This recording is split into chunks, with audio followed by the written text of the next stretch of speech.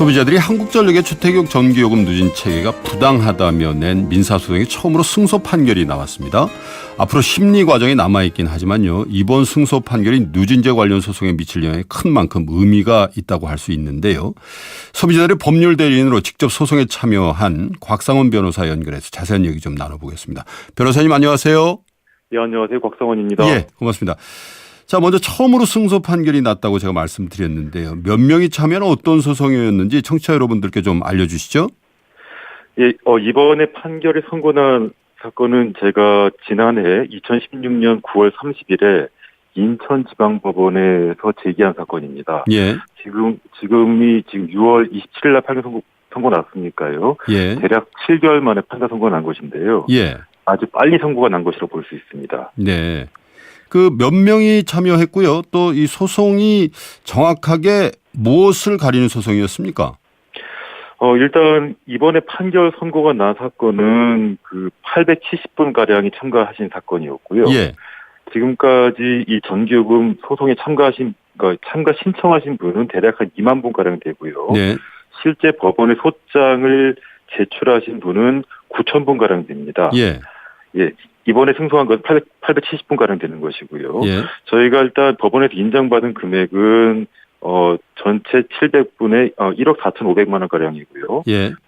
한 가정당 평균 한 17만 원 가량입니다. 네. 최고로 많이 받으시는 분은 450만 원 정도입니다. 네. 그러니까 한전이 그러니까 한국전력의 누진체가 부당해서 그만큼 돈을 더 냈으니까 돌려다오 하는 판결이었는데 이 승소가 된 거군요. 그렇습니다. 알겠습니다. 예, 그렇습니다. 그러니까 한전이 주택용 전기 요금에 적용하고 있는 예. 누진제 전기 요금 규정이 예. 전기 소비자인 주택용 그러니까 주택에서 전기를 사용하시는 분들한테 예. 부당하게 불이익하고 불공정하기 때문에 네. 무효라는 것입니다. 그렇군요. 자, 근데 일단 승소하셨으니까 뭐 소송 대리인 입장에서 굉장히 기분이 좋으실 것 같은데 어떻게 네. 보십니까? 앞으로도 이런 소송들이 계속 줄 이어질 수 있을 것 같아서 이번 판결이 가진 의미가 상당히 커 보이는데 어떻게 해석을 하세요? 제가 처음 이 전기요금에 대해서 관심을 갖게 된 것은 2012년이고 벌써 그때로부터 5년이 지났습니다. 네. 그리고 제가 처음에 법원에 소장을 접수한 때가 2014년이니까요. 예. 그때부터 3년이 지났습니다. 지금 처음으로 이제 승소 판결을 한 것인데요. 예. 물론 지난해 한 번 그리고 올해 5차례 모두 제가 제기한 사건에서 패소 판결을 받았습니다. 예. 근데 그때 패소 판결을 받은 이유가 예. 한전의 전기 요금 원가를 알 수 없다는 이유였고요. 네. 그다음 나머지 주장에 대해서는 전혀 판단하지 않았습니다. 예. 그런데 이번에 인천지방법원에서는 처음으로 이 한전이 사용하고 있는 주택용 누진제 전기 요금 규정에 대해서 모든 판단을 한 것이고 예. 지금까지 패소 판결은 전부 다 단독 판사, 그러니까 판사 한 분이 판단하신 것이었지만 예. 이번에 인천지방법원 판결은 판사 세 분이 합의를 하셔서 합의부에서 나온 판결한 판결이군요. 예. 예, 그렇습니다. 자, 그런데 이번에 이제 지금까지 계속 패소해 오시다가 이번에 처음 승소 판결을 받으신 거란 말이에요. 예, 그렇습니다. 그러면 재판부가 아무리 단독과 합의가 좀 다르다 하더라도 이렇게 상반된 판결을 한 이유 어디 있다고 보십니까? 저는 재작년부터 패소 판결을 받았습니다만 사실 그 판결에 대해서 제가 승복할 수가 없었습니다. 그 예. 이유는 조금 전에 말씀드린 것처럼 전기 요금 원가를 알 수 있는 자료가 법원에 제출되지 않았다는 것인데요. 예.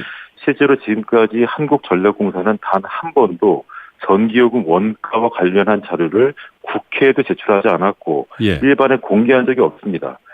그리고 소송 과정을 통해서 혹시라도 전기요금 원가가 문제가 된다면 예. 한전 측이 법원에 제출을 하도록 저희가 요청을 했고 법원이 명령을 했음에도 불구하고 단 한 번도 제출한 적이 없습니다. 네. 그런데 과거의 판결은 그 전기요금 원가와 관련한 자료가 제출하지 않았다는 이유로 예. 패소 판결을 낸 것입니다. 네. 실제로 약관의 심사, 그러니까 약관의 불공정성과 관련해서 지금까지 어떤 사건도 원가를 기준으로 한 적이 없었습니다. 예. 그런데 유독 이 사건에서만 그리고 과거의 그 판결에서만 전기요금 원가를 이유로 한 것이고요. 네. 하지만 이번에 인천지방법원 사건은 전기요금 원가는 실제로 쟁점이 아니기 때문에 판단을 하지 않으셨고 예. 방론으로 그러니까 거기 그 주된 이유는 아닙니다만 전기요금 원가와 관련해서 이런 판시를 하십니다. 예. 한전이 전기요금 총괄 원가를 기준으로 하는 경우에도 한전은 이 총괄 원가에 적정 이윤을 가산하고 있기 때문에 예. 이미 그 자체로서 이 전기 소비자인 국민들에게 부당하게 불이익하다라고 본 것이고, 예. 그리고 제가 소송 중에 제출한 문서가 있는데요. 감사원이 그 한전의 총괄 원가에 대해서 전기요금 총괄 원가에 대해서 감사를 합니다. 네. 그때 2005년부터 2011년까지 약 6년 동안 전기요금 원가를 과다 산정하는데 예. 과다하게 산정한 그 금액이 무려 6조 6,500억 가량입니다. 그 감사원의 감사 결과 나온 거란 말씀이시죠? 그렇습니다. 네. 그러니까 처음부터 지난 패소 판결의 경우에는 판단 기준이 되지 않는 것을 근거로 판결을 한 것이고 네. 이번에는 그러한 내용을 반대로 판결한 것입니다. 그렇군요. 지금까지는 한전의 전기 요금에 대한 원가 자료 제출이 거부되어 있는 상황도 법원에서 그걸 그대로 인정을 해서 판정할 수 없다라는 이유로 들었는데 이번엔 전혀 반대 결과가 나왔다 이런 말씀이시네요. 그러니까 그 한전은 자료를 제출하지 않고 예. 판결을 해달라고 요구를 했었고 그렇군요. 지난 패소 판결의 경우에는 한전이 제출하지 않았고 제가 그러한 예. 자료를 수집을 해서 제출을 못했기 때문에 네. 패소했던 것입니다. 알겠습니다. 자, 그렇게 되면요. 아까 그 변호사님께서 굉장히 많은 이제 시민들, 소비자들이 이제 소송을 제기 중이라고 하셨는데 지금 몇 분이나 몇 건 정도 대기를 하고 있습니까? 제가 2014년부터 진행을 했는데 처음에는 제가 제 주변에 지인분들 20분을 모아서 처음 시작했습니다. 네. 아까 말씀드렸습니다만 지금까지 신청하신 분은 대략 한 2만 분가량이고요. 예. 그리고 지금 소송을 진행하고 계신 분이 9천 분가량 되십니다. 네. 9천 가정이죠. 그렇군요. 근데 지금 거기 한전의 통계에 따르면 전국의 그 가정에서 전기를 사용하고 있는 계약 건수가 1,000만 가정입니다. 예. 이 1,000만 가정 모두가 소송에 참가하실 수가 있습니다. 그렇군요. 이론적으로 그런데 그래서 여쭤봅니다. 이번에 예. 이제 소송에 승소를 하셨다 보니까 이게 이제 시민들이나 이제 소비자들한테 알려지다 보니까 나도 돌려받아야 되겠다. 당연히 이런 생각을 하게 될 텐데 예. 다른 이제 재판 과정에도 영향을 미치지 않겠습니까? 그래서 그렇습니다. 일종의 판도라의 상자가 열렸다. 이렇게 볼 수도 있을 것 같은데 그렇게 보십니까? 어떻습니까? 그 판도라의 상자의 의미가 여러 가지가 있겠죠. 그러니까 사람들이 진실을 알게 됐다는 것이고, 네. 진실을 이야기했을 때 법원이 인정해 준다라는 경험을 갖게 되는 것입니다. 예. 지금 제가 아까도 말씀드렸습니다만, 인천지방법원의 판결은 제가 불과 한 6개월 정도의 반환 청구 금액을 산정을 해서 예. 그 돈에 부당하게 한전이 부당하게 징수한 전기요금의 반환을 구한 것인데 예. 그중에서 제일 많이 반환을 받으시는 분이 450만 원 가량입니다. 불과 많아요. 6개월 예. 기간에 450만 원 정도나 그렇게 과당 징수를 했다는 것이죠. 예. 그러면 이론적으로는 부당이득 반환 청구권의 그 소멸시효가 10년입니다. 네. 그 말씀을 제가 그냥 편하게 말씀을 드리면 예. 지난 10년 동안 한전이 이렇게 불공정한 전기요금 규정으로 징수한 요금을 반환받을 수가 있게 되는 것입니다. 예. 제가 소송을 해보면 대략 이제 한 가정당 평균적으로 1년에 반환받을 수 있는 금액이 40만 원가량이거든요. 예.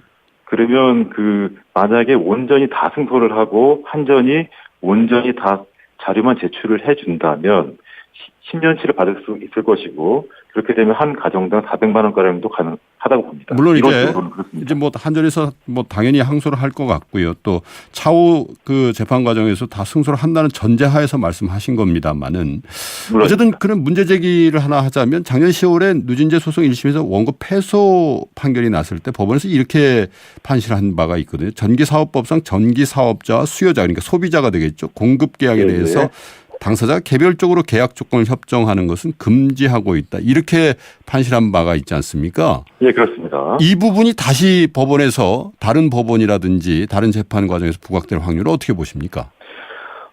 거기 이번에 인천지방법원도 지금 말씀하신 그 사항을 판시를 했는데요. 네. 이 오히려 이 개별 전기 소비자, 그러니까 주택용 전기를 사용하고 있는 개별 전기 소비자가 개별적으로 전기 요금 협상을 못하도록 되어 있습니다. 예. 못하도록 되어 있기 때문에 한전은 더욱이나 공정한 전기요금 약관을 제정을 해야 되는 것이에요. 네. 그런데 그러니까 협상의 가능성이 전혀 없다는 것이죠. 예. 협상의 가능성이 없기 때문에 모든 전기 소비자에게 아하. 공평하게 해줘야 되는데 예. 오직 주택용 전기에만 누진제 요금 규정을 두었다는 네. 것이고 산업용 등에서는 손실을 봤다는 것입니다. 그렇군요. 그렇기 때문에 무효라는 것입니다. 네. 어떤 그러니까 지금 말씀하신 근거가 예. 오히려 저희한테는 유리한 것입니다. 수요자 공급자 간의 계약 관계에서 수요자가 비교적 불리한 입장에 처해 있었기 때문에 오히려 한전은 공정하게 했어야 될 의무가 더 있다 이렇게 보신다는 얘기군요. 그렇습니다. 그게 알겠습니다. 원래 기본적인 법의 이론입니다. 그렇군요. 알겠습니다. 자, 오늘 말씀 잘 들었습니다. 예, 고맙습니다. 지금까지 곽상원 변호사였습니다.